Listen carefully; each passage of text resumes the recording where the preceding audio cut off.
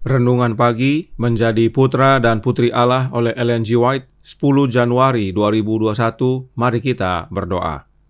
Bapa kami yang di sorga, Allah pencipta langit dan bumi, laut dan segala isinya, Allah yang maha besar, maha kuasa, sumber segalanya, yang kami sembah selalu melalui anak-Mu yang tunggal, Yesus Kristus. Terpujilah Yesus, anak Allah yang maha tinggi, anak domba yang menghapus dosa dunia ini. Pada pagi ini kami bersyukur boleh bangun dan berbakti dan sebagaimana membaca serta mendengarkan nasihat firman-Mu. Kiranya ini menggugah kehidupan kami, agar sungguh-sungguh dan setia, hingga pada akhirnya, karena begitu besar kasih Allah akan kami, sehingga rela mengaruniakan anak-Mu yang tunggal demi keselamatan kami. Tolong kami sepanjang perbaktian ini kehendak-Mu yang jadi, ampun kami akan dosa dan salah, karena kami berdoa hanya dalam nama anak Allah yang tunggal, Yesus Kristus, yang adalah Tuhan dan Juru Selamat kami. Amin.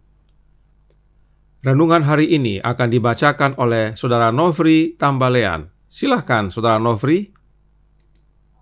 Terima kasih, selamat pagi. Judul renungan kita pada pagi ini, Dia mengetahui keperluan kita sebelum kita minta. Ayat inti terdapat di dalam Matius 6 ayat 8. Jadi janganlah kamu seperti mereka, karena Bapamu mengetahui apa yang kamu perlukan sebelum kamu minta kepadanya. Kalau Allah, seniman ilahi itu, memberikan kepada bunga-bunga yang sederhana, yang binasa dalam satu hari, coraknya yang halus-halus dan beraneka warna, betapa lebih besar lagi penjagaan yang akan diberikannya bagi orang-orang yang dijadikan menurut gambarnya sendiri. Kalau manusia mengasihi dan menuruti Allah, serta menjalankan perannya, Allah akan menyediakan segala keperluan mereka. Tiada seorang pun dapat menambah tingginya, tidak peduli seberapa besar keinginannya berbuat demikian. Tak kurang dari tidak masuk akal mengkhawatirkan hari esok dan keperluannya. Lakukanlah kewajibanmu dan berharap kepada Allah, karena Dia mengetahui hal-hal apa yang engkau perlukan. Ia menjaga dengan lebih lemah lembut daripada yang diperbuat oleh seorang ibu terhadap anaknya yang menderita. Allah ialah sahabat dalam kebingungan dan kesakitan, seorang pelindung dalam kesusahan, seorang pemelihara dalam ribuan bahaya yang tidak tampak oleh kita. Allah berada di setiap tempat kediaman. Ia mendengar tiap-tiap perkataan yang diucapkan, mendengar setiap doa yang dinaikkan, merasakan segala duka cita dan kekecewaan tiap-tiap jiwa, memandang, memperlakukan yang diberikan kepada bapa, ibu, saudara perempuan, sahabat, dan tetangga. Ia mempedulikan keperluan kita, dan kasih serta kemurahan dan anugerahnya selalu mengalir untuk mencukupkan keperluan kita. Dalam penjagaannya, bolehlah kita bersandar dengan selamat. Allah menolong yang lemah dan menguatkan orang-orang yang tak mempunyai kekuatan. Dalam ladang-ladang di mana pencobaan-pencobaan dan perselisihan-perselisihan serta kemiskinan adalah yang terbesar, para pekerja Allah pasti memperoleh perlindungan yang dipertambahkan. Bagi orang-orang yang bekerja di tengah-tengah kehangatan perjuangan itu, Allah berfirman, Tuhanlah penjagamu, Tuhanlah naunganmu di sebelah tangan kananmu. Tuhan kita beradaptasi kepada segala keperluan kita yang khusus. Dialah pelindung pada sebelah tangan kanan kita. Ia berjalan dekat di samping kita, bersedia mencukupkan segala keperluan kita. Ia datang sangat dekat kepada orang-orang yang sibuk dalam pelayanan sukarela bagi Dia. Dia mengenal setiap orang sesuai dengan namanya. Oh, betapa besar jaminan yang kita peroleh tentang kasih Kristus yang lemah lembut itu. Demikian bacaan renungan kita pada pagi ini. Terima kasih. Terima kasih atas penata layanan Saudara Nofri. Tuhan Yesus memberkati. Selamat pagi saudaraku dalam Tuhan. Paragraf pertama dari renungan hari ini dikutip dari The Review and Herald 18 September 1888, dan ada kalimat yang tidak ditampilkan, padahal itulah pesan utamanya. Mari kita baca kalimat tersebut dari The Review and Herald 18 September 1888 paragraf 4 yang berkata, "Kalau Allah, seniman ilahi itu memberikan kepada bunga-bunga yang sederhana yang binasa dalam satu hari, coraknya yang halus-halus dan beraneka warna, betapa besar lagi penjagaan yang akan diberikannya bagi mereka yang dijadikan menurut gambarnya sendiri. Dia memberikan putra satu-satunya untuk datang ke dunia dan menebus manusia karena Dia mengasihinya. Ia yang tidak menyayangkan anaknya sendiri tetapi yang menyerahkannya bagi kita semua. Bagaimanakah mungkin Ia tidak mengaruniakan segala sesuatu kepada kita bersama-sama dengan Dia? Allah adalah pencipta kita dan kita adalah karya tangannya. Dia membentuk manusia dari debu tanah dan Dia menopangnya dari waktu ke waktu, dari jam ke jam. Sebab di dalam Dia kita hidup, kita bergerak, kita ada." Kalimat huruf miring adalah kalimat yang dikutip dalam renungan hari ini. Namun sayangnya kalimat sesudahnya, yaitu yang ditandai warna kuning, biru, dan seterusnya sampai yang warna hijau tidak dikutip. Mari kita baca baik-baik dan perhatikan supaya kita lihat bahwa inilah pesan utamanya. Nyonya White menuliskan bahwa bunga-bunga saja Allah perhatikan, apalagi terhadap manusia yang diciptakan menurut gambarnya sendiri. Bunga-bunga yang tidak dapat meminta Allah peliharakan, terlebih lagi kita manusia, ciptaannya yang termulia. Itu sebabnya saat manusia jatuh dalam dosa, Nyonya White menuliskan, lihat yang ditandai warna kuning, bahwa Allah yaitu Bapa memberikan anaknya yang tunggal untuk datang ke dunia dan menebus manusia, karena Allah Bapa begitu besar kasihnya akan kita manusia ini. Allah Bapa tidak menyayangkan anaknya sendiri dan menyerahkan anaknya bagi kita, agar kita dapat selamat dan menerima segala sesuatu bersama-sama dengan anaknya. Mengapa kita perlu pahami ini? Karena saat manusia jatuh dalam dosa, Adam dan Hawa lari. Mereka sembunyi, mereka takut. Kondisi ini menyatakan bahwa mereka tidak tahu kebutuhan mereka. Mereka tidak mengetahui kebutuhannya, maka tidak tahu apa yang mereka akan minta. Yang mereka tahu adalah mereka sudah membuat kesalahan dan karenanya mereka lari sembunyi. Namun apa yang Allah Bapa lakukan? Dia datang, pergi mencari. Adam dan Hawa tidak minta untuk Bapa datang.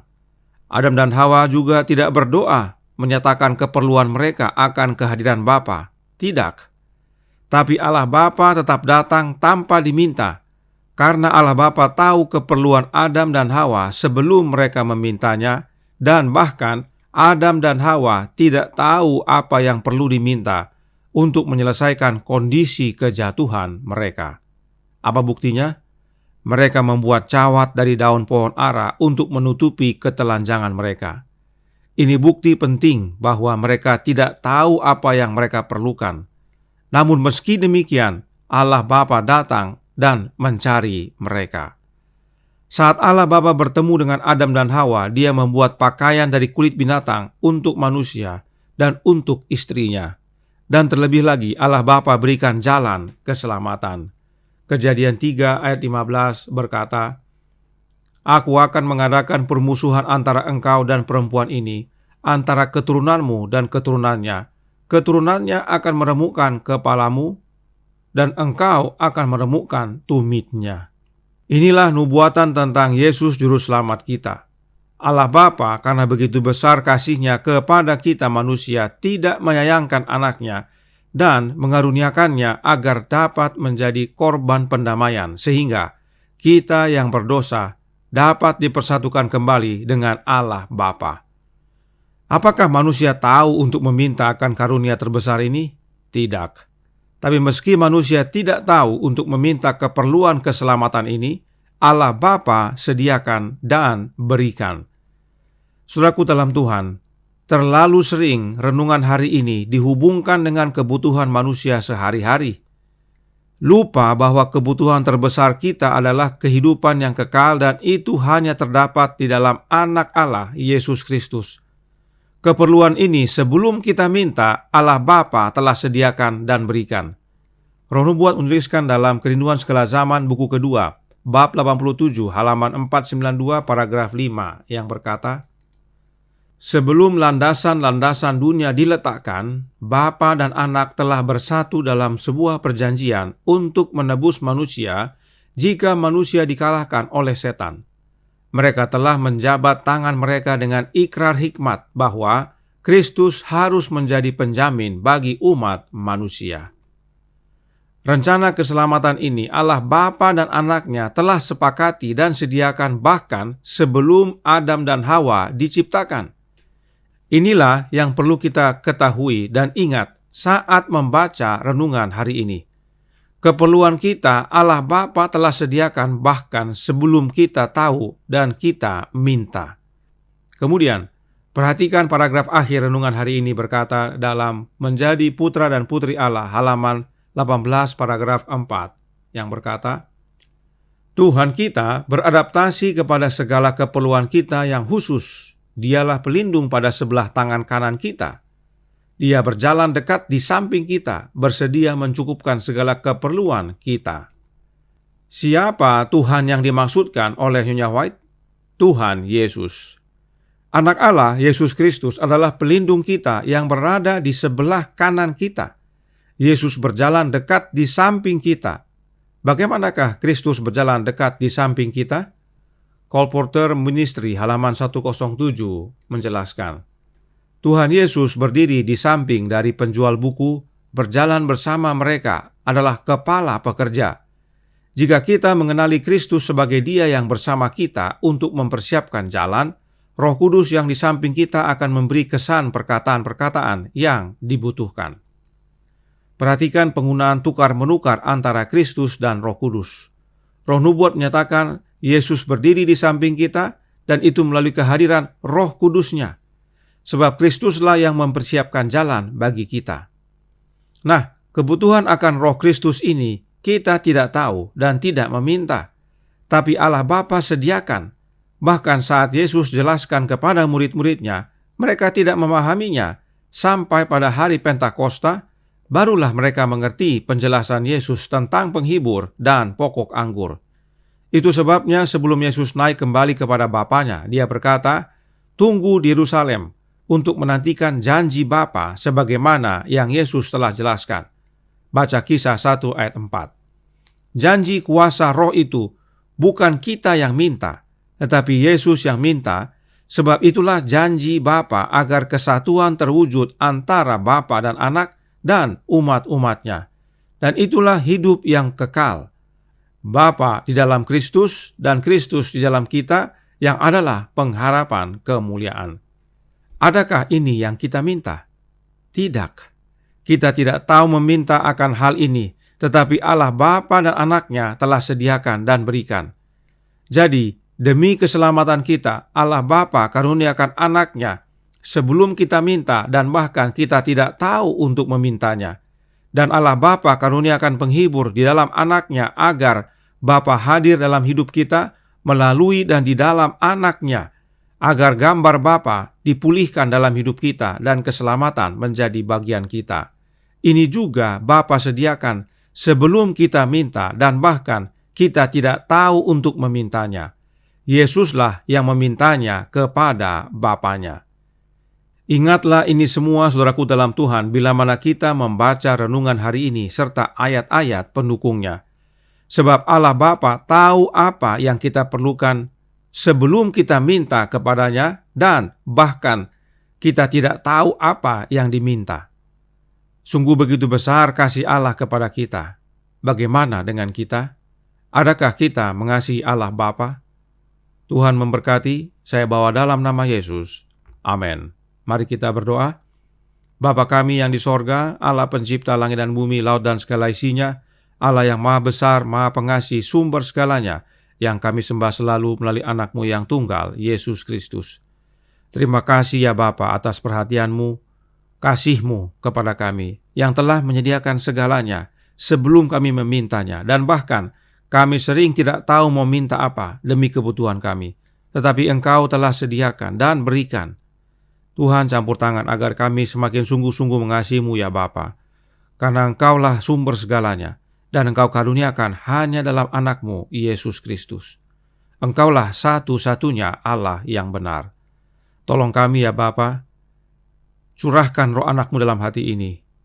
Beserta kami sepanjang hari ini, kehendak-Mu yang jadi, ampun kami akan dosa dan salah, karena kami berdoa hanya dalam nama anak Allah yang tunggal, Yesus Kristus yang adalah Tuhan dan Juru Selamat kami. Amin.